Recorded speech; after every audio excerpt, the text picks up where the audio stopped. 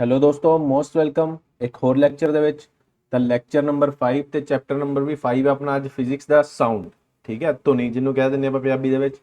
ਤਾਂ ਅੱਜ ਫਿਰ ਮੋਸਟ ਇੰਪੋਰਟੈਂਟ ਸਿਰਫ ਐਗਜ਼ਾਮ ਲੈਵਲ ਦੇ ਐਮਸੀਕਿਊ ਕਰਾਂਗੇ ਆਪਾਂ ਇਹਦੇ ਵਿੱਚ।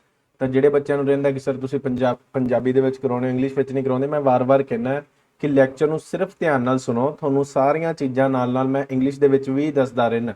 ਸਿਰਫ ਇਹ ਨਹੀਂ ਕਿ ਜੇ ਲਿਖਿਆ ਨਹੀਂ ਤਾਂ ਇੰਗਲਿਸ਼ 'ਚ ਨਹੀਂ ਕਰੀ ਜਾਂਦੇ ਆਪਾਂ, ਕਿਉਂਕਿ ਦੇਖੋ ਪੰਜਾਬੀ ਟਾਈਪ ਕਰਨ ਤੇ ਬਹੁਤ ਟਾਈਮ ਲੱਗ ਜਾਂਦਾ ਹੈ, ਨਾਲ ਇੰਗਲਿਸ਼ ਦੇ ਵਿੱਚ ਬਣਾਉਣਾ ਘੱਟੋ ਘੱਟ ਹੁਣ ਹੀ 4 ਘੰਟੇ ਲੱਗ ਜਾਂਦੇ ਆ ਇੱਕ ਕਲਾਸ ਨੂੰ ਬਣਾਉਣ ਤੇ।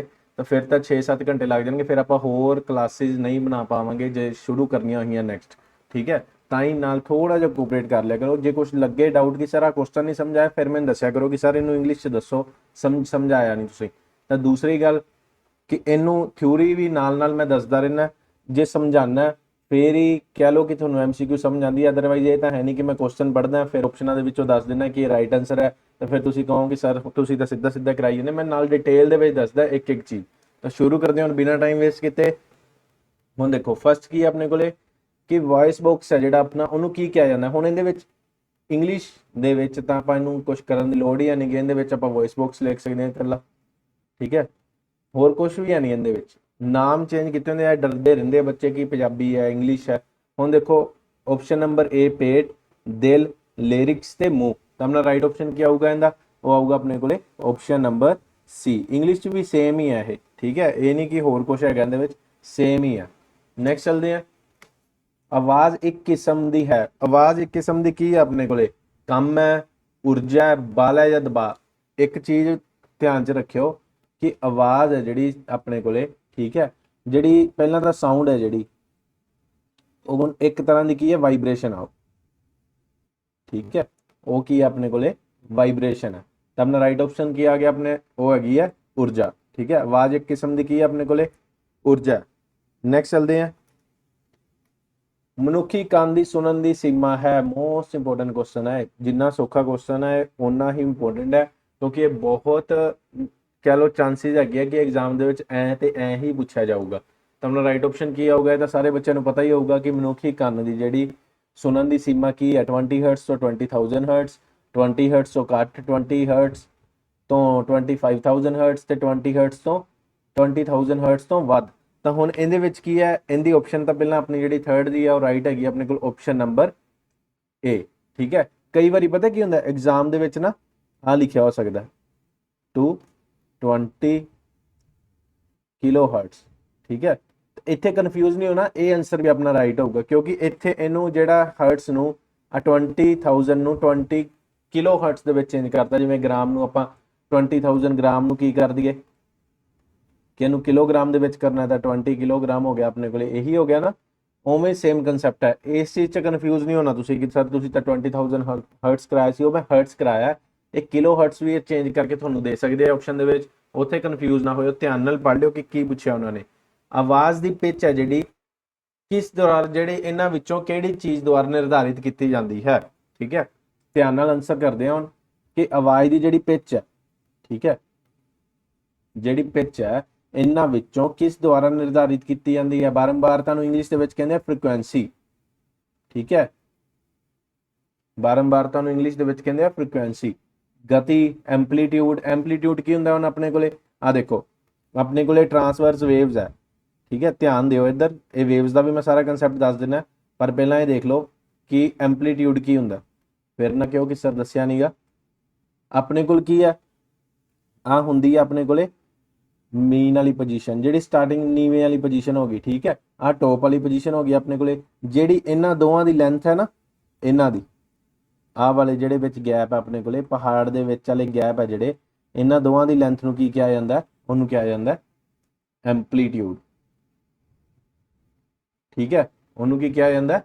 ਐਂਪਲੀਟਿਊਡ। ਤਾਂ ਨੈਕਸਟ ਹੈ ਉੱਚੀ ਹਾਈ। ਉੱਚੀ ਹਾਈ ਬਸ ਹੋ ਗਿਆ। ਹੁਣ ਆਪਣਾ ਰਾਈਟ ਆਪਸ਼ਨ ਕੀ ਆਊਗਾ ਫੋਰਥ ਦਾ ਕਿ ਇਹਨਾਂ ਵਿੱਚੋਂ ਜਿਹੜੀ ਆਪਣੇ ਕੋਲੇ ਆਵਾਜ਼ ਦੀ ਪਿਚ ਹੈ ਕਿਸ ਤੇ ਨਿਰਧਾਰਿਤ ਕਰਦੀ ਹੈ? ਉਹ ਹੈਗੀ ਆਪਣੇ ਕੋਲ ਫ੍ਰੀਕੁਐਂਸੀ ਤੇ ਆਧਾਰਿਤ ਕਰਦੀ ਹੈ, ਠੀਕ ਹੈ। ਕਾਹਦੇ ਤੇ ਆਧਾਰਿਤ ਕਰਦੀ ਹੈ? ਫ੍ਰੀਕੁਐਂਸੀ ਤੇ ਆਧਾਰਿਤ ਕਰਦੀ ਹੈ। ਕਲੀਅਰ ਹੋ ਗਿਆ ਹੁਣ। ਨੈਕਸਟ ਚਲਦੇ ਹਾਂ।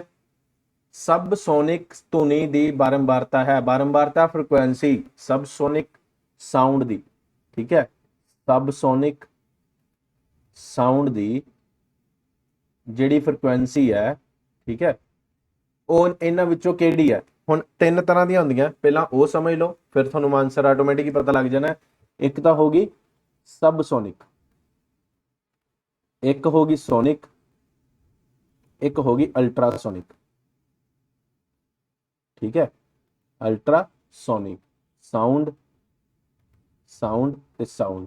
ਹੁਣ ਸੋਨਿਕ ਤਾਂ ਉਹ ਹੁੰਦੀ ਹੈ ਓਡੀਬਲ, ਓਡੀਬਲ ਮਤਲਬ ਜਿਹੜੀ ਸੁਣੀ ਜਾ ਸਕਦੀ ਹੈ ਆਪਣੇ ਦੁਆਰਾ। ਉਹ ਕਿਹੜੀ ਹੁੰਦੀ ਹੈ, ਮੈਂ ਹੁਣੇ ਦੱਸਿਆ, ਉਹ ਹੁੰਦੀ ਹੈ 20 ਹਰਟਸ ਤੋਂ 20,000 ਹਰਟਸ। ਕਲੀਅਰ ਹੈ। ਅਲਟਰਾਸੋਨਿਕ ਹੋ ਗਈ ਜਿਹੜੀ 20,000 ਤੋਂ ਵੱਧ ਹੁੰਦੀ ਹੈ, ਤੇ ਸਬਸੋਨਿਕ ਹੁੰਦੀ ਹੈ ਜਿਹੜੀ 20,000 ਤੋਂ ਜਿਹੜਾ 20 ਹਰਟਸ ਤੋਂ ਘੱਟ ਹੁੰਦੀ ਹੈ। ਠੀਕ ਹੈ, ਕਲੀਅਰ ਹੈ। ਤਾਂ ਆਪਣਾ ਰਾਈਟ ਆਪਸ਼ਨ ਕੀ ਆ ਗਿਆ, ਰਾਈਟ ਆਪਸ਼ਨ ਆ ਗਿਆ ਆਪਣੇ ਕੋਲੇ ਆਪਸ਼ਨ ਨੰਬਰ ਸੀ। 20 ਹਰਟਸ ਤੋਂ ਜਿਹੜੀ ਘੱਟ ਹੈ ਉਹ ਹੁੰਦੀ ਹੈ ਸਬਸੋਨਿਕ, ਜਿਹੜੀ 20 ਹਰਟਸ ਤੋਂ ਵੱਧ ਹੁੰਦੀ ਹੈ ਉਹ ਹੁੰਦੀ ਹੈ ਅਲਟਰਾਸੋਨਿਕ।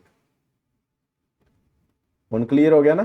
ਇਹ ਮੈਂ ਸਿੱਧਾ ਦੱਸ ਦਿੰਦਾ, ਫਿਰ ਤੁਸੀਂ ਕਹਿਣਾ ਸੀ ਸਰ ਪਹਿਲਾਂ ਦੱਸੋ ਸਬਸੋਨਿਕ ਹੁੰਦਾ ਕੀ ਹੈ, ਤੁਸੀਂ ਸਿੱਧਾ ਹੀ ਦੱਸੀ ਜਾਂਦੇ ਆ। ਕਲੀਅਰ ਹੋ ਗਿਆ ਹੁਣ। ਸਬਸੋਨਿਕ 20 ਹਰਟਸ ਤੋਂ ਘੱਟ ਤੇ 20,000 ਤੋਂ ਵੱਧ ਹੁੰਦੀ ਹੈ ਅਲਟਰਾਸੋਨਿਕ, ਤੇ ਇਹਨਾਂ ਦੋਵਾਂ ਦੇ ਵਿਚਕਾਰ 20 ਤੋਂ 20,000 ਤੇ ਉਹ ਹੁੰਦੀ ਹੈ ਸੋਨਿਕ, ਜਿਹੜੀ ਆਪਾਂ ਆਡੀਬਲ ਸੁਣ ਸਕਦੇ ਹਾਂ। ਕੋਚਲੀਆ ਹਿੱਸਾ ਹੈ, ਇੱਕ ਤਾਂ ਪਾਰਟ ਹੁੰਦਾ, ਇਹਨੂੰ ਇੰਗਲਿਸ਼ 'ਚ ਵੀ ਇਹੀ ਹੈ, ਠੀਕ ਹੈ, ਹੋਰ ਨਾਮ ਨਹੀਂ ਹੈਗਾ, ਇਹੀ ਨਾਮ ਹੈ COCH। ਉਸ ਤੋਂ ਬਾਅਦ ਦੇਖੋ ਕੋਚਲੀਆ ਜਿਹੜਾ ਹਿੱਸਾ ਹੈ ਉਹ ਕੀ ਹੈ, ਸੁਣਨ ਦਾ ਅੰਗ ਹੈ, ਆਵਾਜ਼ ਪੈਦਾ ਕਰਨ ਦਾ ਅੰਗ ਹੈ, ਮਾਸਪੇਸ਼ੀ ਅੰਗ ਹੈ, ਜਾਂ ਹਵਾ ਪ੍ਰਦੂਸ਼ਣ ਹੈ। ਤਾਂ ਆਪਣੇ ਕੋਲ ਰਾਈਟ ਆਂਸਰ ਕੀ ਆਊਗਾ, 6 ਦਾ ਆਪਣੇ ਕੋਲ ਆਊਗਾ। ਇਹ ਕੀ ਹੈ, ਕੰਨ ਦੇ ਅੰਦਰ ਹੁੰਦਾ, ਲਾਸਟ ਥੱਲੇ ਤੇ ਜਮਾ ਹੁੰਦਾ। ਠੀਕ ਹੈ, ਇੱਕ ਮੰਨ ਕੇ ਚਲੋ ਬੰਸਰੀ ਜਿਹੇ ਟਾਈਪ ਦਾ ਥੱਲੇ ਗੋਲ ਜਿਹੇ ਟਾਈਪ ਦਾ ਇੱਕ ਥੈਲੀ ਜੀ ਬਣੀ ਹੁੰਦੀ ਹੈ, ਉਹਦੇ ਵਿੱਚ ਹੁੰਦਾ ਕੋਚਲੀਆ, ਤੇ ਉਹ ਕੀ ਹੁੰਦਾ ਆਪਣੇ ਕੋਲੇ ਸੁਣਨ ਦਾ ਅੰਗ ਹੁੰਦਾ। ਕਲੀਅਰ ਹੈ, ਇਸ ਚੀਜ਼ ਨੂੰ ਧਿਆਨ 'ਚ ਰੱਖਿਓ ਬਸ। ਨੈਕਸਟ ਚੱਲਦੇ ਆ। 1 ਹਰਟਸ, 1 ਹਰਟਸ, 1 ਹਰਟਸ ਕਿੰਨੇ ਬਰਾਬਰ ਹੈ। ਵਾਈਬ੍ਰੇਸ਼ਨ ਦੀ ਗੱਲ ਕੀਤੀ ਗਈ ਹੈ, 1 ਹਰਟਸ ਕਿੰਨੀਆਂ ਵਾਈਬ੍ਰੇਸ਼ਨ ਦੇ ਬਰਾਬਰ ਹੈ। ਇੱਥੇ ਤੁਸੀਂ ਸੌਖੇ ਤਰੀਕੇ ਨਾਲ ਯਾਦ ਕੀ ਕਿਵੇਂ ਕਰਨਾ, ਤੁਸੀਂ ਕਿ ਇਹਨੂੰ ਕਰਨਾ 1 ਮਿੰਟ 'ਚ ਕਿੰਨੇ ਸੈਕਿੰਡ ਹੁੰਦੇ ਆ, 60 ਨਾ, ਬਸ ਮਿੰਟ ਨੂੰ ਕੱਟ ਕੇ ਹਰਟਸ ਲਿਖ ਲਓ, ਇਹਨੂੰ ਕੱਟ ਕੇ ਵਾਈਬ੍ਰੇਸ਼ਨ ਲਿਖ ਲਓ, ਬਸ।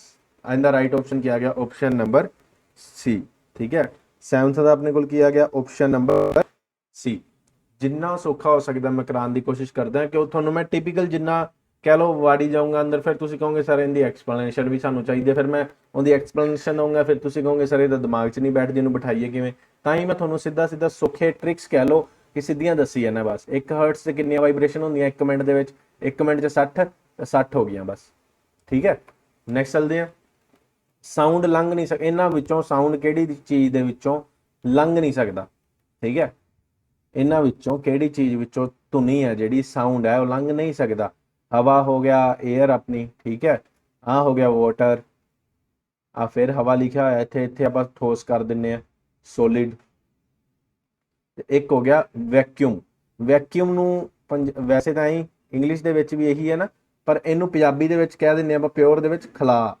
ਠੀਕ ਹੈ, ਕੋਈ ਚੀਜ਼ ਖਿਲਰੀ ਹੋਣੀ, ਬਹੁਤ ਸਾਰਾ ਖੁੱਲੀ ਜਗ੍ਹਾ, ਤਾਂ ਇਹਦਾ ਰਾਈਟ ਆਪਸ਼ਨ ਕਿਆ ਹੋਊ, ਧੁਨੀ ਕਿਸ ਵਿੱਚੋਂ ਨਹੀਂ ਲੰਘ ਸਕਦੀ, ਉਹ ਆਊਗਾ ਆਪਣੇ ਕੋਲੇ ਵੈਕਿਊਮ ਦੇ ਵਿੱਚੋਂ ਨਹੀਂ ਲੰਘ ਸਕਦੀ। ਹੁਣ ਇਹਦਾ ਰੀਜ਼ਨ ਕੀ ਹੈ, ਹੁਣ ਜੇ ਤੁਸੀਂ ਮੂਨ ਤੇ ਜਾ ਕੇ ਬੋਲੋਗੇ, ਠੀਕ ਹੈ, ਉੱਥੇ ਜਾ ਕੇ ਬੋਲੋਗੇ ਤਾਂ ਤੁਹਾਡੀ ਸਾਊਂਡ ਹੈ ਜਿਹੜੀ ਨਹੀਂ ਆਊਗੀ, ਕਿਉਂਕਿ ਉੱਥੇ ਕੀ ਹੁੰਦਾ, ਵੈਕਿਊਮ ਹੁੰਦਾ। ਉੱਥੇ ਮੂਨ ਦੀ ਜਗ੍ਹਾ ਤੇ ਆਪਸ਼ਨ ਹੋ ਸਕਦੀ ਹੈ ਸਪੇਸ।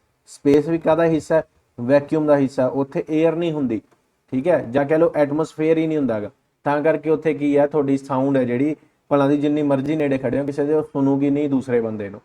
ਕਲੀਅਰ ਹੋ ਗਿਆ। ਜੇ ਇਹ ਤੋਂ ਇਲਾਵਾ ਇਹ ਕੁਐਸਚਨ ਪੁੱਛਿਆ ਜਾਵੇ ਕਿ ਧੁਨੀ ਸਭ ਤੋਂ ਤੇਜ਼ ਕਿਹੜੀ ਚੀਜ਼ ਦੇ ਵਿੱਚ ਟਰੈਵਲ ਕਰਦੀ ਹੈ, ਠੀਕ ਹੈ, ਤਾਂ ਉਹ ਰਾਈਟ ਆਪਸ਼ਨ ਆਊਗਾ ਆਪਣਾ ਸੋਲਿਡ ਦੇ ਵਿੱਚ। ਸੋਲਿਡ ਮਤਲਬ ਠੋਸ ਦੇ ਵਿੱਚ। ਠੋਸ ਦਾ ਕੋਈ ਆਪਸ਼ਨ ਵੀ ਦਿੱਤੀ ਹੋ ਸਕਦੀ ਹੈ ਜਿਵੇਂ ਸਟੀਲ। ਕਲੀਅਰ ਹੈ, ਤੇ ਬਸ ਇੰਨਾ ਹੀ 2 ਚੀਜ਼ਾਂ ਯਾਦ ਰੱਖਿਓ, ਹੋਰ ਕੁਝ ਜ਼ਿਆਦਾ ਤੁਹਾਨੂੰ ਯਾਦ ਰੱਖਣ ਦੀ ਲੋੜ ਨਹੀਂ ਹੈਗੀ ਗੀ, ਆਹ 2 ਚੀਜ਼ਾਂ ਹੀ ਯਾਦ ਰੱਖਿਓ ਬਸ। ਨੈਕਸਟ ਚੱਲਦੇ ਆ। ਸੁਣਨਯੋਗ ਸੀਮਾ ਵਿੱਚ ਆਵਾਜ਼ ਨੂੰ ਕੀ ਕਿਹਾ ਜਾਂਦਾ, ਮੈਂ ਹੁਣੇ ਸਮਝਾ ਕੇ ਹਟਿਆ, ਨਾਲ ਨਾਲ ਐਕਸਪਲੇਨੇਸ਼ਨ ਤਾਂ ਹੀ ਦਿੱਤੀ ਸੀ। ਹੁਣ ਦੇਖੋ ਉਹੀ ਕੁਐਸਚਨ ਬਣ ਕੇ ਤੁਹਾਡੇ ਸਾਹਮਣੇ ਆ ਗਿਆ, ਜਲਦੀ ਜਲਦੀ ਸਾਰੇ ਬੱਚੇ ਆਨਸਰ ਕਰੋ ਕਿ ਇਹਦਾ ਆਨਸਰ ਕੀ ਆਊਗਾ। ਮੈਂ ਹੁਣੇ ਸਮਝਾ ਕੇ ਹਟਿਆ, ਇੱਥੇ ਪੁੱਛਿਆ ਗਿਆ ਸੁਣਨਯੋਗ ਸੀਮਾ ਵਿੱਚ ਆਵਾਜ਼। ਸੁਣਨਯੋਗ ਮਤਲਬ ਓਡੀਬਲ, ਠੀਕ ਹੈ, ਓਡੀਬਲ ਜਿਹੜੀਆਂ ਆਪਾਂ ਸੁਣ ਸਕਦੇ ਹਾਂ, ਉਹ ਉਹਨਾਂ ਨੂੰ ਕਿਹੜੀ ਸਾਊਂਡ ਕਿਹਾ ਜਾਂਦਾ ਹੈ, ਅਲਟਰਾਸੋਨਿਕ, ਸੋਨਿਕ ਜਾਂ ਸਬਸੋਨਿਕ, ਜਾਂ ਕਹਿ ਲਓ ਹਲਕੀ ਆਵਾਜ਼। ਤਾਂ ਆਪਣਾ ਰਾਈਟ ਆਪਸ਼ਨ ਕੀ ਆਊਗਾ 9th ਦਾ, ਉਹ ਆਊਗਾ ਆਪਣੇ ਕੋਲ ਆਪਸ਼ਨ ਨੰਬਰ ਬੀ।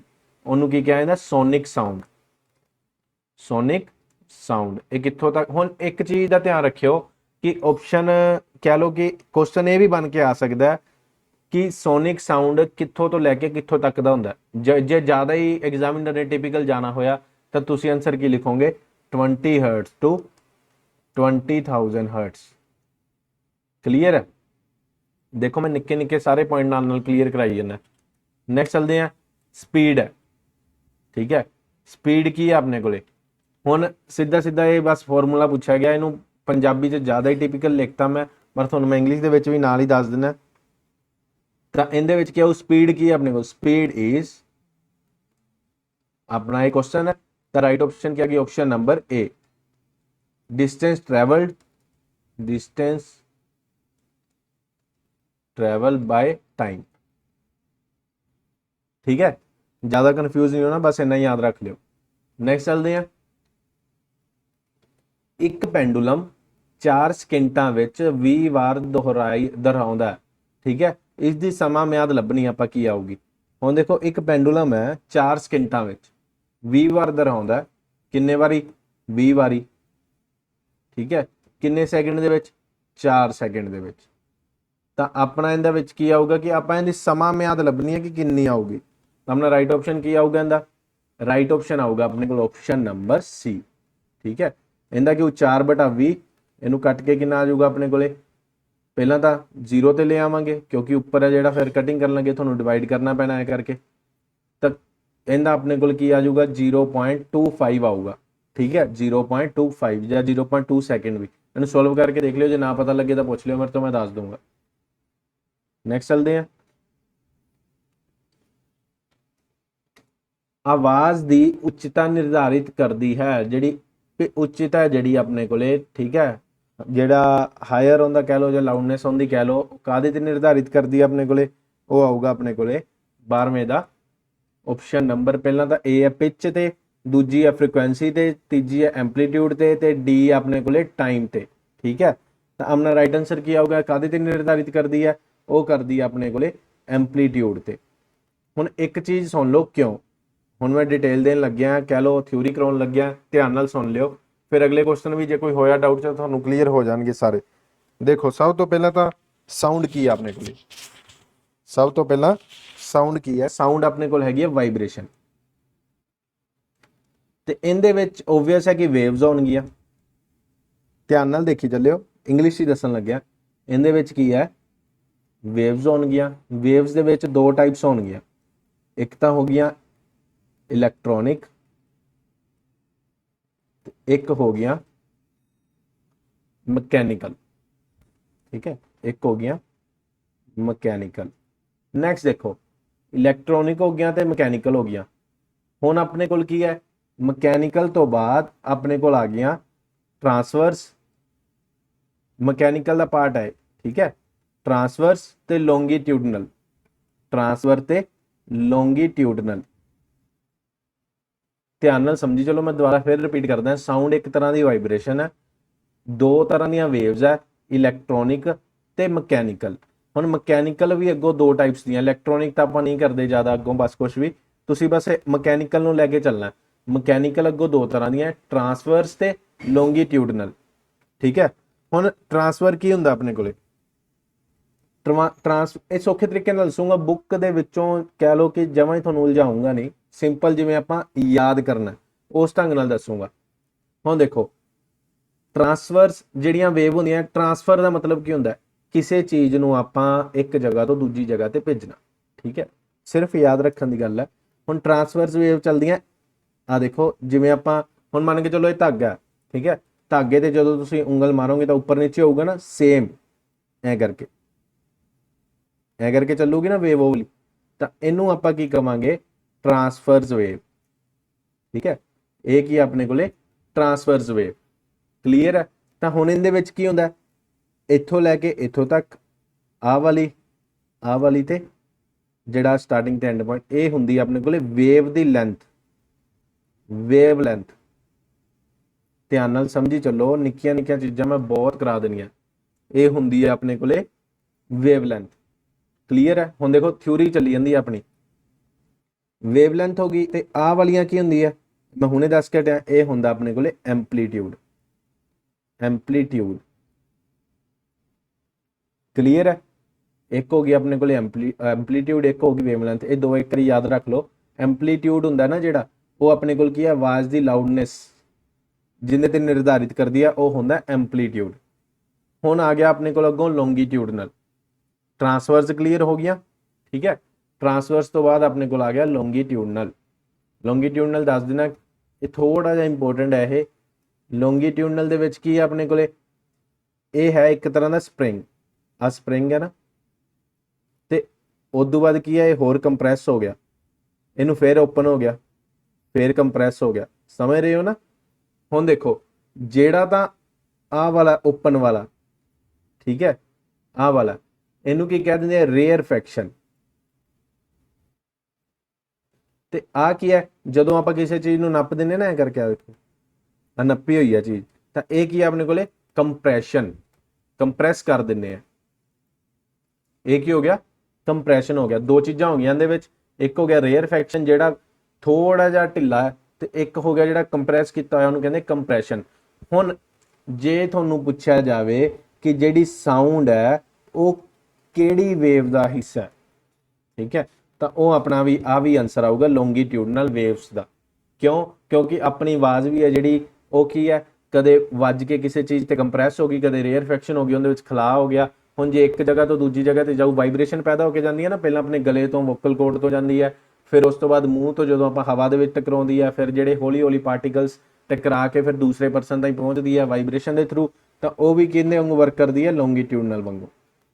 ऑप्शन दे विच होऊगा लॉन्गीट्यूडनल वेव्स है जिहड़ियां, उहदे विच साउंड आती है, ठीक है, जिहड़ी आपां ओਡੀबल हुंदी है, जां जिहड़ी बोलते हैं। हुण लास्ट बस इहदे विच की है थ्योरी का कि इलैक्ट्रॉनिक दे विच की है, इहदे च आऊगी अपने कोले लाइट, ठीक है। लाइट सब तो तेज चलती है वैक्यूम दे विच, ते इन्हां विचों की है लॉन्गीट्यूडनल वेव्स कहदे विच है, वैक्यूम विच वर्क नहीं करदियां। जिवें साउंड, साउंड अपना वैक्यूम दे विच वर्क नहीं करता ना। क्लीयर है।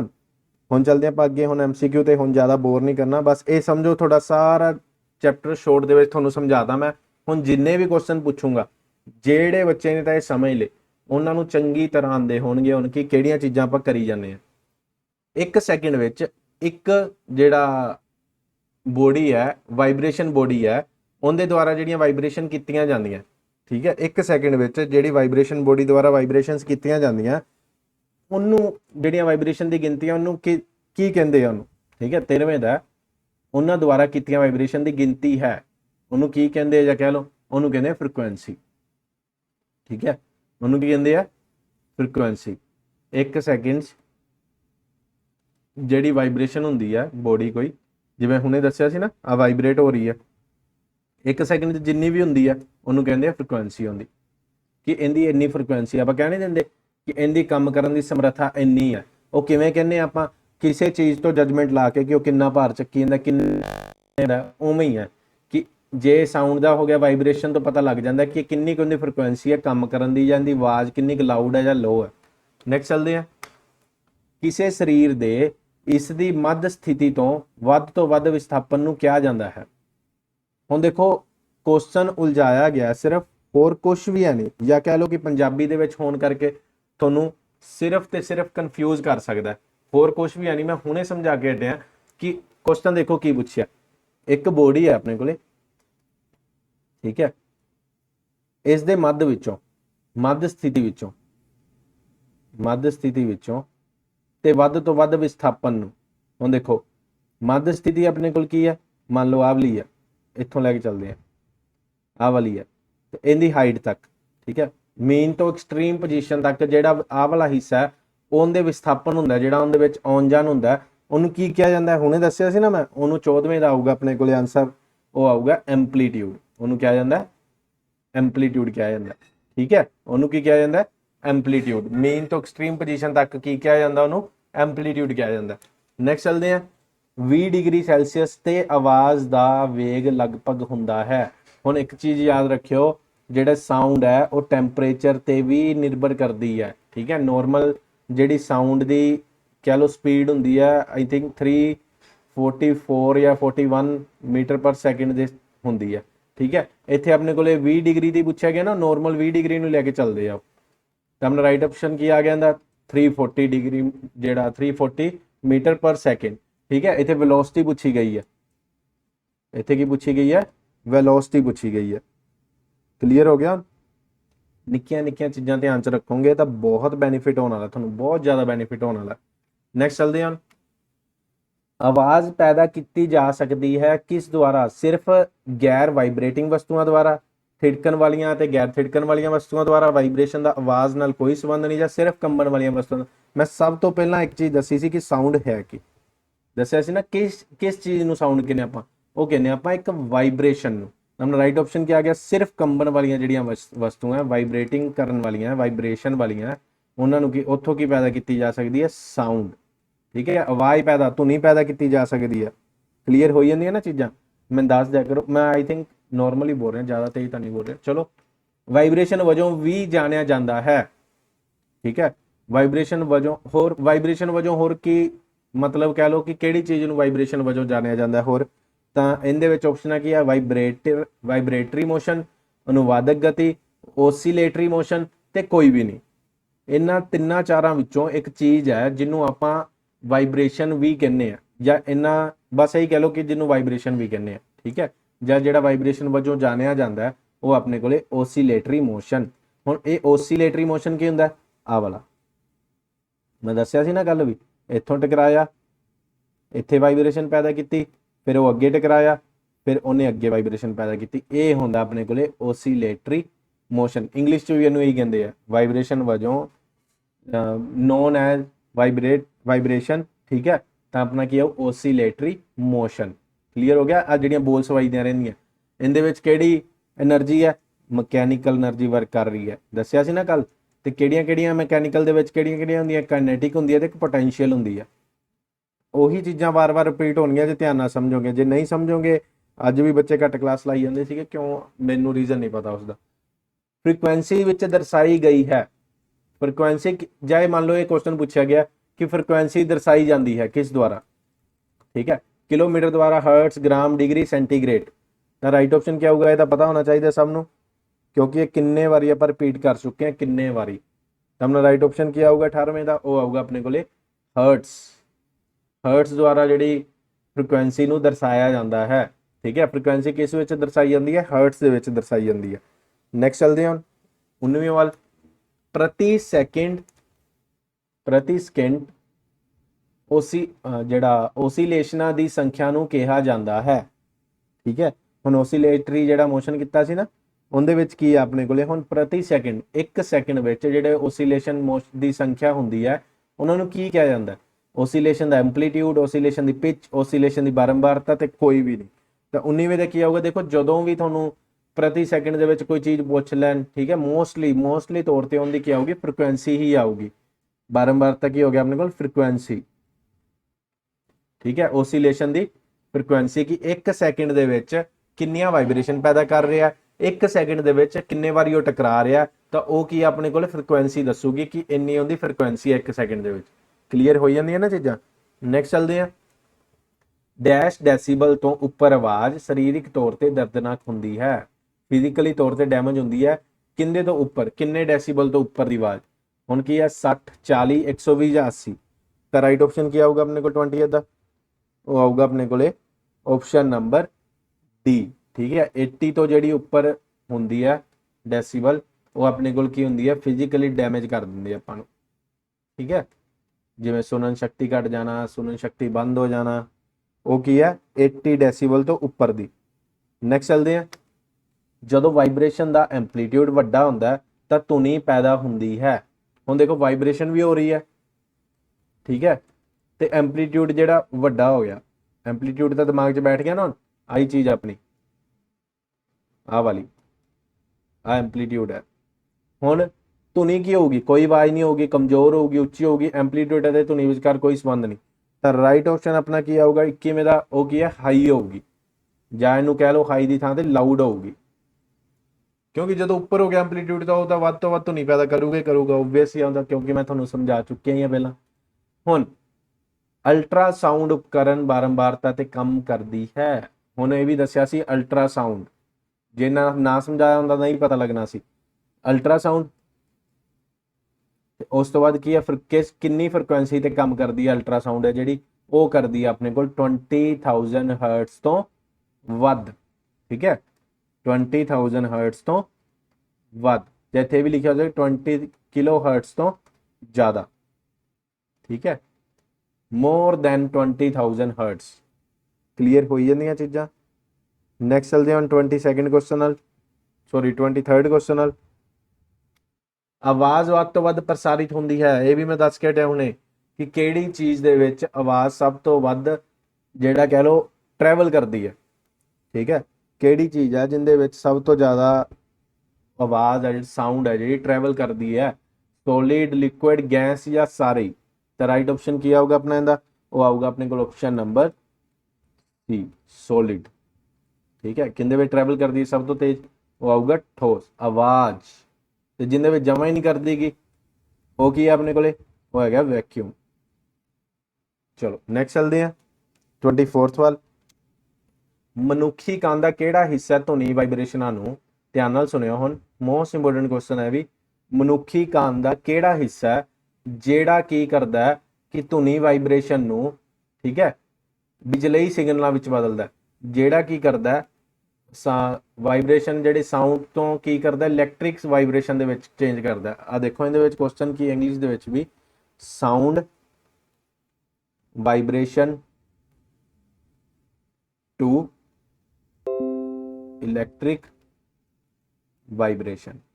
ਠੀਕ ਹੈ, ਕੀ ਆਊਗਾ ਇਹਦਾ ਹੁਣ, ਕਿੰਦੇ ਵਿੱਚ ਚੇਂਜ ਕਰਦਾ ਹੈ, ਇਹ ਕਿਹੜਾ ਹੈਗਾ, ਧਿਆਨ ਨਾਲ ਸੁਣ ਲਿਓ ਹੁਣ। 24th ਦਾ ਆਪਣੇ ਕੋਲ ਆਊਗਾ ਕੋਚਿਲਿਆ। ਹੁਣੇ ਦੱਸਿਆ ਸੀ ਨਾ ਮੈਂ ਕਿ ਇਹ ਕੀ ਹੈ ਆਪਣੇ ਕੋਲੇ, ਹੇਅਰਿੰਗ ਔਰਗਨ, ਤੇ ਇਹ ਕੀ ਕਰਦਾ, ਇਹ ਕਰਦਾ ਸਾਊਂਡ ਵਾਈਬ੍ਰੇਸ਼ਨ ਨੂੰ ਇਲੈਕਟ੍ਰਿਕ ਦੇ ਵਿੱਚ ਚੇਂਜ। ਚੀਜ਼ਾਂ ਹੁਣ ਕਲੀਅਰ ਹੋ ਰਹੀਆਂ ਨਾ ਨਾਲ ਨਾਲ, ਹੁਣ ਨਹੀਂ ਤੁਸੀਂ ਕੋਚਿਲਿਆ ਵਾਲਾ ਭੁੱਲੋਗੇ ਕਿ ਇਹ ਹੁੰਦਾ ਕੀ ਆਪਣੇ ਕੋਲੇ। ਨੈਕਸਟ ਚੱਲਦੇ ਹਾਂ ਆਪਾਂ 25th ਵੱਲ। ਆਈ ਥਿੰਕ ਸਮਝ ਲੱਗ ਰਹੀ ਹੋਣੀ ਆ ਸਾਰਿਆਂ ਨੂੰ। ਮੈਨੂੰ ਪਲੀਜ਼ ਹੁਣ ਜਿੰਨੇ ਵੀ ਜਣੇ ਬੈਠੇ ਆ, ਇੱਕ ਤਾਂ ਕਲਾਸ ਨਾ ਮਿਸ ਕਰਿਆ ਕਰੋ, ਕੋਈ ਵੀ ਕੋਸ਼ਿਸ਼ ਕਰਿਆ ਕਰੋ ਕਿ ਪ੍ਰੀਮੀਅਰ ਹੀ ਲਾਇਆ ਕਰੋ, ਕਿਉਂਕਿ ਉਹਦੇ ਵਿੱਚ ਤੁਹਾਡੀ ਨਾਲ ਦੇ ਬੱਚਿਆਂ ਨੂੰ ਵੇਖ ਕੇ ਪ੍ਰੈਕਟਿਸ ਹੁੰਦੀ ਰਹਿੰਦੀ ਹੈ। ਹੁਣ ਆ ਗਿਆ ਅੱਗੇ ਡੋਲਫਿਨ, ਚਾਮਟ੍ਰਿਕ ਤੇ ਪੋਰਪੋਰਿਸ ਕੀ ਵਰਤਦੇ ਆ। ਹੁਣ ਇਹ ਤਿੰਨੇ ਜਾਨਵਰ ਹੈ, ਉਹ ਲਾਸਟ ਲਾਈਨ ਨਾ ਸੋਚੋ ਕੋਈ ਡਿਵਾਈਸ ਹੈ, ਇਹ ਵੀ ਮੱਛੀ ਟਾਈਪ ਦਾ ਇੱਕ ਜਾਨਵਰ ਹੀ ਹੈ। ਇਹ ਤਿੰਨੇ ਕਿਹੜੀ ਚੀਜ਼ ਦੀ ਯੂਜ਼ ਕਰਦੇ ਆ, ਅਲਟਰਾਸਾਊਂਡ, ਠੀਕ ਹੈ, ਇਨਫਰਾਸਾਊਂਡ, ਤੇ ਉਸ ਤੋਂ ਬਾਅਦ ਕੀ ਹੈ, ਹੁਣ ਦੇਖੋ ਇੱਥੇ ਅਲਟਰਾਸਾਊਂਡ ਇਨਫਰਾਸਾਊਂਡ ਲਿਖਿਆ ਹੋਇਆ ਨਾ, ਇੱਥੇ ਆਪਾਂ ਇਹ ਵੀ ਹੋ ਸਕਦਾ ਅਲਟਰਾਸੋਨਿਕ, ਕੋਈ ਦਿੱਕਤ ਨਹੀਂ, ਕੁਝ ਵੀ ਲਿਖਿਆ ਹੋ ਸਕਦਾ, ਅਲਟਰਾਸੋਨਿਕ ਸਾਊਂਡ ਜਾਂ ਅਲਟਰਾਸਾਊਂਡ ਹੈ ਤਾਂ ਵੀ ਇੱਕੋ ਗੱਲ ਹੀ ਹੈ, ਇਨਫਰਾਸਾਊਂਡ ਹੈ ਤਾਂ ਵੀ ਇੱਕੋ ਗੱਲ ਹੀ ਹੈ, ਉਹੀ ਸੇਮ ਹੈ ਕਿ ਅਲਟਰਾਸਾਊਂਡ ਹੁੰਦਾ 20,000 ਤੋਂ ਜ਼ਿਆਦਾ ਤੇ ਜਿਹੜਾ ਇਨਫਰਾਸਾਊਂਡ ਹੈ 20 ਹਰਟਸ ਤੋਂ ਘੱਟ। ਇਹਨੂੰ ਸਬ ਸੋਨਿਕ ਵੀ ਕਹਿ ਦਿੰਦੇ ਆ। ਇਹਨਾਂ ਚੀਜ਼ਾਂ ਨੂੰ ਕਲੀਅਰ ਕਰਦੇ ਜਾਓ, ਇਹਨੂੰ ਸਬ ਸੋਨਿਕ ਵੀ ਕਹਿ ਦਿੰਦੇ ਆ। ਇਹ ਹੁੰਦਾ 20 ਹਰਟਸ ਤੋਂ ਘੱਟ, ਲੈਸ ਦੈਨ 20 ਹਰਟਸ। ਕਲੀਅਰ ਹੋ ਜਾਂਦੀਆਂ ਨਾ ਚੀਜ਼ਾਂ। ਇਨਫਰਾਸਾਊਂਡ ਵੀ ਇਹਨੂੰ ਕਹਿੰਦੇ ਆ। ਹੁਣ ਕੀ ਆਊਗਾ ਆਪਣੇ ਕੋਲ, ਇਹਨਾਂ ਇਹ ਤਿੰਨੇ ਚੀਜ਼ਾਂ ਕਿਹੜੀ ਚੀਜ਼ ਯੂਜ਼ ਕਰਦੀਆਂ, ਇਹ ਕਰਦੀਆਂ ਅਲਟਰਾਸੋਨਿਕ। ਇਹ ਕਿੱਥੋਂ ਯਾਦ ਰੱਖਣਾ ਕਿ ਚਾਮਚੜਿਕ ਜਿੱਥੇ ਵੀ ਆ ਗਿਆ ਨਾ ਉਹ ਅਲਟਰਾਸੋਨਿਕ ਹੀ ਯੂਜ਼ ਕਰਦੀ ਹੈ। ਠੀਕ ਹੈ, ਹੁਣ ਇਹ ਕਰਦੀ ਕਿਵੇਂ ਆ, ਇਹ ਦੇਖੋ, ਇਹ ਕੀ ਕਰਦੀ ਹੈ, ਇਕੋ ਦਾ ਯੂਜ਼ ਕਰਦੀ ਹੈ। ਇਕੋ ਕੀ ਹੁੰਦਾ ਆਪਣੇ ਕੋਲੇ, ਇਕੋ ਹੁੰਦੀ ਹੈ ਕਿ ਕੋਈ ਸਾਊਂਡ ਜਿਹੜੀ ਆਪਾਂ ਵਾਈਬ੍ਰੇਸ਼ਨ ਥਰੂ ਭੇਜਦੇ ਆ ਉਹ ਵਾਪਸ ਮੁੜ ਕੇ ਕੀ ਹੁੰਦੀ ਹੈ, ਰਿਫਲੈਕਟ ਹੁੰਦੀ ਹੈ, ਤੇ ਉਹ ਰਾਸਤੇ 'ਚ ਕੋਈ ਚੀਜ਼ ਆ ਜੇ ਤਾਂ ਉੱਥੇ ਅੜ ਜਾਂਦੀ ਹੈ, ਤੇ ਫਿਰ ਚਾਮਚੜਿਕ ਨੂੰ ਕੀ ਹੈ, ਬੈਟਸ ਨੂੰ ਪਤਾ ਲੱਗ ਜਾਂਦਾ ਕਿ ਕੋਈ ਚੀਜ਼ ਹੈ ਜਿਹੜੀ ਰਸਤੇ 'ਚ ਆ ਰਹੀ ਹੈ, ਜਾਂ ਤਾਂ ਉਹਦਾ ਭੋਜਨ ਹੈ ਤੇ ਸ਼ਿਕਾਰ ਹੈ, ਜਾਂ ਕੀ ਹੈ ਕੋਈ ਠੋਸ ਚੀਜ਼ ਹੈ ਜਿੰਦੇ ਤੋਂ ਉਹਨੇ ਬਚਣਾ। ਉਹ ਕਾਹਦਾ ਯੂਜ਼ ਕਰਦੀ ਹੈ, ਅਲਟਰਾਸੋਨਿਕ ਦਾ, ਅਲਟਰਾਸਾਊਂਡ ਦਾ ਯੂਜ਼ ਕਰਦੀ ਹੈ ਉਹ। ਠੀਕ ਹੈ, ਕਲੀਅਰ ਹੋ ਗਈ ਹੁਣ ਚੀਜ਼। ਨੈਕਸਟ ਚੱਲਦੇ ਆ ਮੋਸਟ ਇੰਪੋਰਟੈਂਟ ਇੱਕ ਹੋਰ ਕੁਐਸਚਨ। 5 ਸਾਲ ਤੋਂ ਘੱਟ ਉਮਰ ਦਾ ਜਿਹੜਾ ਬੱਚਾ ਹੈ, ਜਾਂ 5 ਸਾਲ ਤੱਕ ਦੇ ਬੱਚੇ, ਜਾਂ ਘੱਟ ਹੀ ਮੰਨ ਕੇ ਚੱਲੋ ਕਿ ਕਿੱਥੋਂ ਤੱਕ ਦੀ ਜਿਹੜੀ ਫ੍ਰੀਕੁਐਂਸੀ ਨੂੰ ਸੁਣ ਸਕਦੇ ਆ, 25 ਹਰਟਸ, 25 ਕਿਲੋ ਹਰਟਸ, 20 ਹਰਟਸ ਤੇ 22 kilo hurts. Most important question ਹੈ, ਮੋਸਟ ਇੰਪੋਰਟੈਂਟ। ਆਪਣਾ ਰਾਈਟ ਆਪਸ਼ਨ ਕੀ ਆਊਗਾ, ਮੈਂ ਤੁਹਾਨੂੰ ਵਾਰ-ਵਾਰ ਕਹਿ ਰਿਹਾ, ਪਹਿਲੀ ਗੱਲ ਦੀ ਤਾਂ ਗਰੰਟੀ ਇਹ ਕਰਦਾ ਮੈਂ, ਜਿੰਨੀ ਡਿਟੇਲ ਦੇ ਵਿੱਚ, ਇਹ ਕੋਈ ਮੰਨਣ ਵਾਲੀ ਗੱਲ ਨਹੀਂ, ਪਰ ਮੈਂ ਤੁਹਾਨੂੰ ਇੱਕ ਦਾਅਵੇ ਨਾਲ ਗੱਲ ਕਹਿ ਸਕਦਾ, ਇੱਕ ਤਾਂ ਜਿੰਨੀ ਡਿਟੇਲ ਦੇ ਵਿੱਚ, ਠੀਕ ਹੈ, ਇੱਕ ਪੰਜਾਬੀ ਦੇ ਵਿੱਚ ਟਾਈਪ ਕੀਤੇ ਹੋਏ ਕੁਐਸਚਨ, ਉਹ ਵੀ ਸਾਇੰਸ ਦੇ, ਠੀਕ ਹੈ, ਉਹ ਵੀ ਇੰਨੀ ਡਿਟੇਲ ਦੇ ਵਿੱਚ ਪੰਜਾਬੀ ਦੇ ਵਿੱਚ ਟਾਈਪ ਕੀਤੇ ਹੋਏ ਕੁਐਸਚਨ ਤੁਹਾਨੂੰ ਸਾਰੀ YouTube ਤੋਂ ਨਹੀਂ ਮਿਲਣੇ। ਇੰਗਲਿਸ਼ ਵਾਲੇ ਤਾਂ ਤੁਸੀਂ, ਮੈਂ ਕਹਿੰਦਾ ਕਿਤੋਂ ਵੀ ਲੱਭ ਲਓ, ਕਿਤੋਂ ਵੀ, ਠੀਕ ਹੈ, ਪਰ ਉਹ ਵੀ ਇਹ ਨਹੀਂ ਕਿ ਤੁਹਾਨੂੰ ਪ੍ਰੋਪਰ ਇੱਕ ਨਿੱਕੀ ਨਿੱਕੀ ਚੀਜ਼ ਦਾ ਡਿਟੇਲ ਦੇਣਗੇ। ਜੇ ਮੰਨ ਲਓ 10 ਕੁਐਸਚਨ ਦਿੱਤੇ, ਤਿੰਨਾਂ ਚਾਰਾਂ ਦੀ ਡਿਟੇਲ ਹੋਊਗੀ, ਉਸ ਤੋਂ ਬਾਅਦ ਬਸ ਚੱਲੀ ਜਾਂਦਾ ਸਿਸਟਮ ਆਪਣਾ। ਪਰ ਮੈਂ ਵਾਰ-ਵਾਰ ਕਹਿ ਰਿਹਾ ਕਲਾਸਿਸ ਲਾਉਂਗੇ ਤੁਹਾਨੂੰ। ਦੇਖੋ 5ਵਾਂ ਚੈਪਟਰ ਚੱਲਣ ਲੱਗ ਗਿਆ ਆਪਣਾ। ਤਾਂ ਹੁਣ ਆਪਣਾ ਰਾਈਟ ਆਂਸਰ ਕੀ ਆਊਗਾ 26 ਦਾ? ਉਹ ਆਊਗਾ ਆਪਣੇ ਕੋਲੇ option number B. Exam level ਦੇ, ਕੱਲੇ ਐਗਜ਼ਾਮ ਲੈਵਲ ਦੇ MCQ ਹੈ ਇਹ, ਕੱਲੇ ਐਗਜ਼ਾਮ ਲੈਵਲ ਦੇ। ਪੱਕਾ ਇਹਦੇ ਵਿੱਚੋਂ ਪੇਪਰ ਚ ਆਉਣਗੇ, ਪੱਕਾ 101%। 5 ਸਾਲ ਤੋਂ ਘੱਟ ਉਮਰ ਦੇ ਬੱਚੇ ਤੱਕ ਸੁਣ ਸਕਦੇ ਆ 25 ਕਿਲੋਹਰਟਜ਼। ਠੀਕ ਹੈ, ਨੈਕਸਟ ਚਲਦੇ ਆ। ਧੁਨੀ ਦੀ ਰੈਵਰਬੇਸ਼ਨ ਦੀ ਵਰਤੋਂ ਕੀਤੀ ਜਾਂਦੀ ਹੈ। ਠੀਕ ਹੈ, ਹੁਣ ਦੇਖੋ ਇਹਦੇ ਵਿੱਚ ਕੀ ਗੱਲ ਕੀਤੀ ਗਈ ਹੈ। ਧੁਨੀ ਦੀ ਜਿਹੜੀ ਰਿਵਰਬੇਸ਼ਨ ਹੈ, ਰਿਵਰਬਰੇਸ਼ਨ ਦੀ ਵਰਤੋਂ ਕੀਤੀ ਜਾਂਦੀ ਹੈ ਸਟੈਥੋਸਕੋਪ ਦੇ ਵਿੱਚ, ਟਰੰਪੇਟਸ ਦੇ ਵਿੱਚ, ਮੈਗਾਫੋਨ ਦੇ ਵਿੱਚ, ਤਾਂ ਸਾਰੀ। ਹੁਣ ਇੱਥੇ ਰੈਵਰਬੇਸ਼ਨ ਕੀ ਹੁੰਦੀ ਹੈ ਆਪਣੇ ਕੋਲੇ ਕਿ ਜਿਹੜੀ ਕੋਈ ਸਾਊਂਡ ਹੈ, ਜਿਵੇਂ ਆ ਮੈਗਾਫੋਨ ਹੁੰਦਾ ਆਪਣੇ ਕੋਲੇ, ਠੀਕ ਹੈ, ਜਿਹਦੇ ਵਿੱਚ ਪੁਲਿਸ ਵਾਲੇ ਬੋਲਦੇ ਹੁੰਦੇ ਆ, ਜਾਂ ਕੋਈ ਤੇਜ਼ ਆਵਾਜ਼ ਪੈਦਾ ਹੁੰਦੀ ਹੈ ਨਾ, ਜਿਹਦੇ ਵਿੱਚ ਸਾਊਂਡ ਫੈਲ ਜਾਂਦੀ ਹੈ, ਅੱਗੇ ਜਾ ਕੇ ਸਾਊਂਡ ਕੀ ਆ, ਫੈਲ ਜਾਂਦੀ ਹੈ। ਉਹਦਾ ਯੂਜ਼ ਕਿਹਦੇ ਵਿੱਚ ਕੀਤਾ ਜਾਂਦਾ? ਇਹਨਾਂ ਤਿੰਨਾਂ ਵਿੱਚੋਂ। ਤਾਂ ਉਹ ਤਿੰਨੇ ਚੀਜ਼ਾਂ, ਇਹਨਾਂ ਸਾਰਿਆਂ ਵਿੱਚ ਧੁਨੀ ਦੀ ਰਿਵਰਬਰੇਸ਼ਨ ਦੀ ਵਰਤੋਂ ਕੀਤੀ ਜਾਂਦੀ ਹੈ। ਠੀਕ ਹੈ, ਇੰਗਲਿਸ਼ 'ਚ ਵੀ ਇਹੀ ਹੈ ਕਨਸੈਪਟ। ਨੈਕਸਟ ਚੱਲਦੇ ਹਾਂ। ਹਰ ਵਾਰ ਜਿਹੜੀ ਓਰੀਜਨਲ ਸਾਊਂਡ ਹੈ, ਧਿਆਨ ਨਾਲ ਸੁਣਿਓ, ਹਰ ਵਾਰ ਜਿਹੜੀ ਅਸਲੀ ਧੁਨੀ ਹੈ, ਓਰੀਜਨਲ ਸਾਊਂਡ ਹੈ, ਪ੍ਰਤੀਬਿੰਬਿਤ ਜਿਹੜੀ ਰਿਫਲੈਕਟਡ ਸਾਊਂਡ ਹੈ, ਉਹਨਾਂ ਵਿਚਕਾਰ ਅੰਤਰਾਲ ਨੂੰ ਇੱਕ ਵੱਖਰੀ ਗੂੰਜ ਸੁਣਨ ਲਈ ਹੋਣਾ ਚਾਹੀਦਾ ਹੈ। ਹੁਣ ਦੇਖੋ, ਇੱਕ ਓਰੀਜਨਲ ਸਾਊਂਡ ਹੈ, ਇੱਕ ਆਪਣੇ ਕੋਲ ਰਿਫਲੈਕਟ ਹੋ ਕੇ ਆਈ ਹੈ। ਉਹਨਾਂ ਦੋਵਾਂ ਦੇ ਵਿਚਕਾਰ ਕਿੰਨੇ ਸੈਕਿੰਡ ਦਾ ਜਿਹੜਾ ਕਹਿ ਲਓ ਕਿ ਅੰਤਰ ਹੁੰਦਾ। ਠੀਕ ਹੈ, ਸਮਝੀ ਇਹਨੇ ਕੁਐਸਚਨ ਨੂੰ? ਕਿ ਜਿਵੇਂ ਮੈਂ ਬੋਲਿਆ ਕੁਝ ਵੀ, ਹੈਲੋ ਬੋਲਤਾ, ਉਹੀ ਸਾਊਂਡ ਮੇਰੇ ਕੋਲ ਹੈਲੋ ਵਾਪਸ ਆਈ, ਉਹ ਕਿੰਨੇ ਟਾਈਮ ਉਹਦੇ ਵਿੱਚ ਡਿਫਰੈਂਸ ਹੈ ਜਾਂ ਅੰਤਰਾਲ ਹੈ। ਠੀਕ ਹੈ, ਕਿੰਨੇ ਟਾਈਮ ਦਾ? ਉਹ ਹੈਗਾ ਡੀ, 0.1 ਸੈਕਿੰਡ। 28th ਦਾ ਆਪਣੇ ਕੋਲ ਕੀ ਹੈ? Option number D, 0.1 second. ਇਹ ਵੀ ਬਹੁਤ ਵਧੀਆ ਕੁਐਸਚਨ ਹੈ, ਵੈਸੇ ਸਾਰੇ ਹੀ ਕੁਐਸਚਨ ਵਧੀਆ। ਉੱਚੀ ਆਵਾਜ਼ ਦੇ ਕਾਰਨ ਇੱਕ ਵੱਡੀ ਦੂਰੀ ਦੀ ਯਾਤਰਾ ਕਰ ਸਕਦਾ ਹੈ। ਠੀਕ ਹੈ, ਉੱਚੀ ਆਵਾਜ਼ ਦੇ ਕਾਰਨ, ਧਿਆਨ ਨਾਲ ਦੇਖਿਓ, ਇੱਕ ਵੱਡੀ ਦੂਰੀ ਦੀ ਯਾਤਰਾ ਕਰ ਸਕਦਾ ਹੈ। ਉੱਚਾ ਐਂਪਲੀਟਿਊਡ, ਉੱਚ ਊਰਜਾ। ਹੁਣ ਦੇਖੋ ਇਹਦੇ ਵਿੱਚ ਪੁੱਛਿਆ ਕੀ ਗਿਆ ਹੈ ਕਿ ਜਦੋਂ ਉੱਚੀ ਆਵਾਜ਼ ਪੈਦਾ ਹੁੰਦੀ ਹੈ, ਠੀਕ ਹੈ, ਜਦੋਂ ਉੱਚੀ ਆਵਾਜ਼ ਪੈਦਾ ਹੁੰਦੀ ਹੈ ਤਾਂ ਇੱਕ ਵੱਡੀ ਦੂਰੀ ਉਹਨੇ ਤਾਂ ਤੈਅ ਕਰਨੀ ਹੈ, ਉਹ ਕਿਸ ਕਰਕੇ ਹੋਊਗੀ? ਦੇਖੋ, ਉੱਚੀ ਆਵਾਜ਼ ਆਪਾਂ ਪੈਦਾ ਕਰਤੀ, ਹਾਈ ਸਾਊਂਡ, ਠੀਕ ਹੈ, ਹਾਈ ਜਾਂ ਲਾਊਡ ਸਾਊਂਡ ਪੈਦਾ ਕੀਤੀ ਹੈ, ਉਹ ਤਾਂ ਠੀਕ ਹੈ ਤੁਹਾਡੀ ਗੱਲ। ਪਰ ਜੇ ਉਹਨੂੰ ਵੱਡੀ ਦੂਰੀ ਤੈਅ ਕਰਾਉਣੀ ਹੈ ਤਾਂ ਉਹਦੇ ਵਿੱਚ ਕੀ ਹੋਣਾ ਚਾਹੀਦਾ? ਉਹਦੇ ਵਿੱਚ ਹੋਣੀ ਚਾਹੀਦੀ ਹੈ ਉੱਚ ਊਰਜਾ। ਠੀਕ ਹੈ, ਹਾਈ ਐਨਰਜੀ ਉਹਦੇ ਵਿੱਚ, ਹਾਈ ਪਾਵਰ ਉਹਦੇ ਵਿੱਚ ਹੋਣੀ ਚਾਹੀਦੀ ਹੈ। ਤਾਂ ਕਰਕੇ ਤਾਂ ਹੀ ਉਹ ਜਿਹੜੀ ਜ਼ਿਆਦਾ ਟਰੈਵਲ ਕਰ ਪਾਊਗੀ। ਨੈਕਸਟ ਚੱਲਦੇ ਹਾਂ। ਉਸ ਵਰਤਾਰੇ ਨੂੰ ਜਿੱਥੇ ਪ੍ਰਤੀਬਿੰਬ ਦੇ ਕਾਰਨ ਪੈਦਾ ਹੋਈ ਧੁਨੀ ਦੁਬਾਰਾ ਸੁਣਾਈ ਦਿੰਦੀ ਹੈ। ਮੈਂ ਹੁਣੇ ਦੱਸ ਕੇ ਹਟਿਆ, 2-3 ਕੁਐਸਚਨ ਪਹਿਲਾਂ ਹੀ ਦੱਸ ਕੇ ਹਟਿਆ ਕਿ ਇਹਨੂੰ ਕਹਿੰਦੇ ਕੀ ਹੈ, ਕੀ ਚੀਜ਼ ਹੈ ਇਹ। ਠੀਕ ਹੈ, ਹੁਣ ਇਹਦਾ ਕੀ ਆਊਗਾ ਆਪਣੇ ਕੋਲੇ ਕਿ ਉਹ ਵਰਤਾਰਾ, ਠੀਕ ਹੈ, ਉਹ ਤਕਨੀਕ ਜਾਂ ਉਹ ਚੀਜ਼ ਜਿੰਦੇ ਪ੍ਰਤੀਬਿੰਬ ਹੁੰਦਾ ਆਪਣੇ ਕੋਲੇ, ਰਿਫਲੈਕਟ ਹੁੰਦੀ ਹੈ ਸਾਊਂਡ, ਧੁਨੀ ਦੁਬਾਰਾ ਸੁਣਾਈ ਦਿੰਦੀ ਹੈ, ਉਹਨੂੰ ਕੀ ਕਹਿੰਦਾ? ਧੁਨੀ ਦਾ ਉਛਾਲ, ਸਾਊਂਡ ਬਾਉਂਸ, ਮਿਰਾਜ, ਠੀਕ ਹੈ, ਇਕੋ ਤੇ ਇੰਟਰਫੇਰੈਂਸ। ਠੀਕ ਹੈ, ਦਖਲ ਅੰਦਾਜ਼ੀ। ਤਾਂ ਆਪਣਾ ਰਾਈਟ ਆਂਸਰ ਕੀ ਆਊਗਾ ਇਹਦਾ? ਉਹ ਆਊਗਾ ਆਪਣੇ ਕੋਲ 30th ਦਾ, ਉਹ ਆਊਗਾ ਇਕੋ। ਉਹਨੂੰ ਕੀ ਕਹਿੰਦੇ ਆ? ਇਕੋ। ਇਹ ਯੂਜ਼ ਕੌਣ ਕਰਦਾ? ਬੈਟਸ। ਦੱਸਿਆ ਸੀ ਨਾ, ਸੋਨਾਰ ਚ ਵੀ ਯੂਜ਼ ਕੀਤੀ ਜਾਂਦੀ ਹੈ। ਕਲੀਅਰ ਹੋਈ ਜਾਂਦੀ ਹੈ ਨਾ ਹੁਣ ਚੀਜ਼ਾਂ। ਮੈਂ ਤੁਹਾਨੂੰ ਪਹਿਲਾਂ ਵੀ ਕਿਹਾ, ਧਿਆਨ ਨਾਲ ਸਮਝੋ ਬਸ, ਹੋਰ ਕੁਝ ਨਹੀਂ ਕਰਨਾ ਤੁਸੀਂ। ਹਵਾ ਵਿੱਚ ਧੁਨੀ ਤਰੰਗਾਂ ਡੈਸ਼ ਦੀ ਇੱਕ ਉਦਾਹਰਨ ਹੈ। ਆ ਸਾਰੀਆਂ ਵੇਵ ਦੱਸੀਆਂ ਮੈਂ ਤੁਹਾਨੂੰ, ਤਿੰਨੇ ਦੇ ਤਿੰਨੇ ਜਿਹੜੀਆਂ ਧੁਨੀ ਤਰੰਗਾਂ ਹੁੰਦੀਆਂ, ਠੀਕ ਹੈ, ਹਵਾ ਦੇ ਵਿੱਚ, ਏਅਰ ਦੇ ਵਿੱਚ, ਹਵਾ ਦੇ ਵਿੱਚ ਜਿਹੜੀਆਂ ਧੁਨੀ ਤਰੰਗਾਂ ਹੁੰਦੀਆਂ, ਠੀਕ ਹੈ, ਉਹ ਕਿਹੜੀ ਤਰੰਗ ਦੀ ਜਿਹੜਾ ਕਹਿ ਲਓ ਉਦਾਹਰਨ ਹੈ? ਤਾਂ ਰਾਈਟ ਆਂਸਰ ਕੀ ਆਊਗਾ? ਹੁਣੇ ਮੈਂ ਦੱਸਿਆ ਨਾ, ਧੁਨੀ ਤਰੰਗ ਸਾਊਂਡ ਕਿਹੜੀ ਦੀ ਹੈ? ਲੌਂਗੀਟਿਊਡਨਲ। ਕਿਹੜੇ ਦਾ ਹਿੱਸਾ? ਲੌਂਗੀਟਿਊਡਨਲ ਵੇਵਸ ਦਾ, ਲੰਬੀ ਤਰੰਗਾਂ ਦਾ ਹਿੱਸਾ ਹੈ। ਠੀਕ ਹੈ, ਚਲੋ ਨੈਕਸਟ ਚੱਲਦੇ ਆ। ਜਦੋਂ ਤਿੜਕਣ ਵਾਲੀ ਵਸਤੂ ਪਿੱਛੇ ਵੱਲ ਜਾਂਦੀ ਹੈ, ਹੁਣ ਇਹਦੇ ਵਿੱਚ ਕੀ ਪੁੱਛਿਆ ਗਿਆ? ਮੈਂ ਤਾਂ ਹੀ ਲਿਖਿਆ ਸੀਗਾ ਕਿ ਤੁਹਾਨੂੰ ਪਿਓਰ ਪੰਜਾਬੀ ਚ ਸਮਝ ਨਹੀਂ ਆਣਾ। ਵੈਨ ਦਾ ਵਾਈਬ੍ਰੇਟਿੰਗ ਆਬਜੈਕਟ ਮੂਵਸ ਬੈਕਵਰਡ, ਠੀਕ ਹੈ, ਇੱਕ ਵਾਈਬ੍ਰੇਟ ਕਰ ਰਿਹਾ ਆਬਜੈਕਟ, ਉਹ ਕੀ ਕਰ ਰਿਹਾ? ਬੈਕਵਰਡ ਨੂੰ ਜਾ ਰਿਹਾ। It creates a region of low pressure. Low pressure ਕਿੱਥੇ ਹੋਊਗਾ? ਆ ਦੇਖੋ, ਆਪਣੇ ਕੋਲ ਕੀ ਹੈ? ਕੰਪਰੈਸ ਕੀਤਾ ਹੋਇਆ, ਤੇ ਆ ਆਪਣੇ ਕੋਲ ਕੀ ਹੈ? ਮੈਂ ਤੁਹਾਨੂੰ ਪਹਿਲਾਂ ਵੀ ਦੱਸਿਆ ਸੀ, ਲੋ ਪ੍ਰੈਸ਼ਰ। ਤੇ ਜਦੋਂ ਲੋ ਪ੍ਰੈਸ਼ਰ ਹੋਊਗਾ ਉਹਨੂੰ ਆਪਾਂ ਕੀ ਕਵਾਂਗੇ? ਰੇਅਰਫੈਕਸ਼ਨ, ਤੇ ਜੇ ਹੈਗਾ ਹਾਈ ਪ੍ਰੈਸ਼ਰ ਤਾਂ ਉਹਨੂੰ ਕਵਾਂਗੇ ਕੰਪਰੈਸ਼ਨ। ਹੁਣ ਚੀਜ਼ ਕਲੀਅਰ ਹੋ ਗਈ ਨਾ ਕਿ ਕਿਉਂ ਸਮਝਾਇਆ ਸੀ। ਉਹਨੂੰ ਕੀ ਕਵਾਂਗੇ ਆਪਾਂ, ਰੇਅਰਫੈਕਸ਼ਨ, ਜਿਹੜੀ ਥੋੜੀ ਜਿਹੀ ਖੁੱਲੀ ਜਗ੍ਹਾ ਹੁੰਦੀ ਹੈ। ਤਾਂ ਇਹ ਕਾਹਦਾ ਹਿੱਸਾ, ਲੌਂਗੀਟਿਊਡਨਲ ਵੇਵ, ਤੇ ਇਹ ਸਾਊਂਡ ਵੀ ਆਪਣਾ ਕੀ ਹੈ, ਐ ਹੀ ਟਰੈਵਲ ਕਰਦਾ ਸਪ੍ਰਿੰਗ ਵਾਂਗੂ। ਨੈਕਸਟ ਚੱਲਦੇ ਆ। ਇੱਕ ਸਟੇਡੀਅਮ ਵਿੱਚ ਮੈਕਸੀਕਨ ਲਹਿਰ ਦੀ ਇੱਕ ਉਦਾਹਰਣ ਹੈ। ਹੁਣ ਦੇਖੋ ਇਹਦੇ ਵਿੱਚ ਕੀ ਗੱਲ ਕੀਤੀ ਗਈ ਹੈ। ਹੁਣ ਮੈਕਸੀਕਨ ਲਹਿਰ ਕੀ ਹੈ, ਮੈਕਸੀਕਨ ਲਹਿਰ ਹੁੰਦੀ ਹੈ, ਕਈ ਵਾਰੀ ਤੁਸੀਂ ਟੀਵੀ ਤੇ ਦੇਖਿਆ ਹੋਣਾ, ਫੋਨ ਤੇ ਦੇਖਿਆ ਹੋਣਾ, ਕਿ ਜਦੋਂ ਇੱਕ ਸਟੇਡੀਅਮ ਦੇ ਵਿੱਚ ਆਡੀਅנס ਬੈਠੀ ਹੈ ਬਹੁਤ ਮਾਤਰਾ ਦੇ ਵਿੱਚ, ਤਾਂ ਉਹ ਕੀ ਕਰਦੇ, ਇੱਕ ਵੇਵ ਚਲਾਉਂਦੇ ਆ ਇੱਕ ਫਨ ਦੇ ਤੌਰ ਤੇ, ਠੀਕ ਹੈ। ਜਿਵੇਂ ਹੱਥ ਉੱਪਰ ਕਰਕੇ, ਤਾਂ ਇੱਕ ਜਣਾ ਹੱਥ ਨੀਚੇ ਕਰ ਲੈਂਦਾ, ਫਿਰ ਅਗਲੇ ਜਣੇ ਹੱਥ ਚੱਕਦੇ ਆ, ਫਿਰ ਨੀਚੇ ਕਰਦੇ, ਐ ਕਰਦੇ ਕਰਦੇ ਇੱਕ ਵੇਵ ਚੱਲਦੀ ਹੈ ਪੂਰੇ ਗਰਾਊਂਡ ਦੇ ਵਿੱਚ, ਉਹਨੂੰ ਕਹਿੰਦੇ ਆ ਮੈਕਸੀਕਨ ਵੇਵ, ਮੈਕਸੀਕਨ ਲਹਿਰ, ਠੀਕ ਹੈ। ਤੇ ਇਹ ਲਹਿਰ ਹੈ ਕਿਸ ਤਰ੍ਹਾਂ ਦੀ ਉਦਾਹਰਨ ਹੈ, ਆ ਹੋ ਗਈ ਆਪਣੇ ਕੋਲ ਲੌਂਗੀਟਿਊਡਨਲ, ਆ ਹੋ ਗਈ ਟਰਾਂਸਵਰਸ, ਆ ਹੋ ਗਈ ਇਲੈਕਟ੍ਰੋਨਿਕ, ਤੇ ਇਹਨਾਂ ਵਿੱਚੋਂ ਕੋਈ ਵੀ ਨਹੀਂ, ਠੀਕ ਹੈ। ਤਾਂ ਰਾਈਟ ਆਪਸ਼ਨ ਆਪਣਾ ਕੀ ਆਊਗਾ, ਉਹ ਆਊਗਾ ਟਰਾਂਸਵਰਸ ਵੇਵ। ਟਰਾਂਸਵਰਸ ਵੇਵ ਕੀ ਹੁੰਦੀਆਂ, ਜਿਹੜੀਆਂ ਐ ਕਰਕੇ ਚੱਲਦੀਆਂ, ਐ ਹੀ ਜਿਹੜੀ ਮੈਕਸੀਕਨ ਜਿਹੜੀ ਵੇਵ ਹੈ ਉਹ ਵਰਕ ਕਰਦੀ ਹੈ, ਠੀਕ ਹੈ। ਹੱਥ ਉੱਪਰ ਨੀਚੇ, ਉੱਪਰ ਨੀਚੇ, ਉੱਪਰ ਨੀਚੇ। ਹੁਣ ਕਲੀਅਰ ਹੋ ਜਾਂਦੀਆਂ ਨਾ ਚੀਜ਼ਾਂ। ਨੈਕਸਟ ਚੱਲਦੇ ਹਾਂ ਆਪਾਂ। ਜੇ ਕਲਾਸ ਨਹੀਂ ਲਾ ਰਹੇ ਜਿਹੜੇ ਬੱਚੇ, ਉਹਨਾਂ ਦਾ ਬਹੁਤ ਵੱਡਾ ਜਿਹੜਾ ਨੁਕਸਾਨ ਹੋਣ ਵਾਲਾ, ਇਹੀ ਰੀਜ਼ਨ ਕਰਕੇ, ਕਿਉਂਕਿ ਮੈਂ ਨਿੱਕੀਆਂ ਨਿੱਕੀਆਂ ਚੀਜ਼ਾਂ ਦੱਸ ਰਿਹਾ। MCQ ਦਾ ਜਿੱਥੋਂ ਮਰਜ਼ੀ ਲੈ ਲਓ, ਜਿੰਨਾ ਚਿਰ ਐਕਸਪਲੇਨੇਸ਼ਨ ਨਹੀਂ ਹੋਊਗੀ ਨਾ ਉਹਨਾਂ ਚਿਰ ਸਮਝ ਨਹੀਂ ਆਣੇ।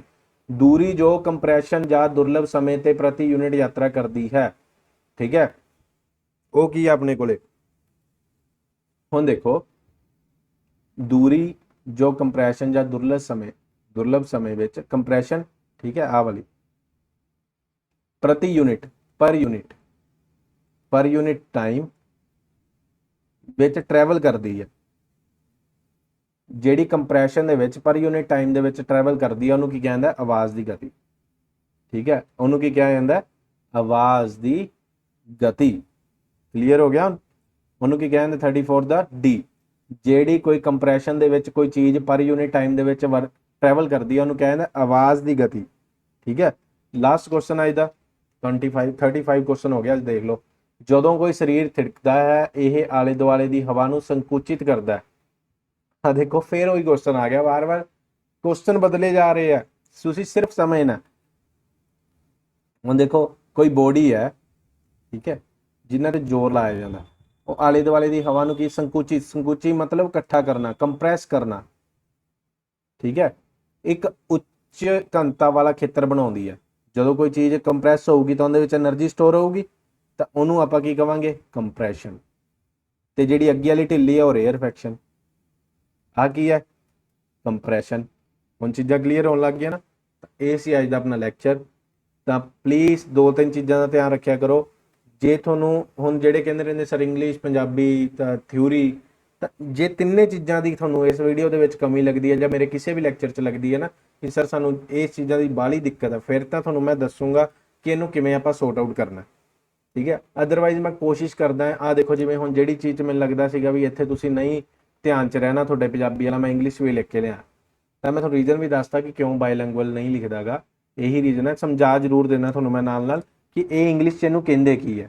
ਕਿਉਂਕਿ ਜੇ ਪੰਜਾਬੀ ਲਿਖਣ ਤੇ 3-4 ਘੰਟੇ ਲੱਗਦੇ ਆ, ਫਿਰ ਮੈਨੂੰ 2-3 ਘੰਟੇ ਇੰਗਲਿਸ਼ ਲਿਖਣ ਤੇ ਵੀ ਲੱਗਣੇ ਆ, ਫਿਰ ਸਾਰਾ ਦਿਨ ਆਪਣਾ ਕੱਲੀ ਟਾਈਪ ਕਰਨ ਦੀ ਲੰਘ ਜਾ ਕਰਨਾ, ਫਿਰ ਬੋਲਣ ਦੀ એનર્ਜੀ ਬਿਲਕੁਲ ਹੀ ਨਹੀਂ ਹੋਇਆ ਕਰਨੀਗੀ।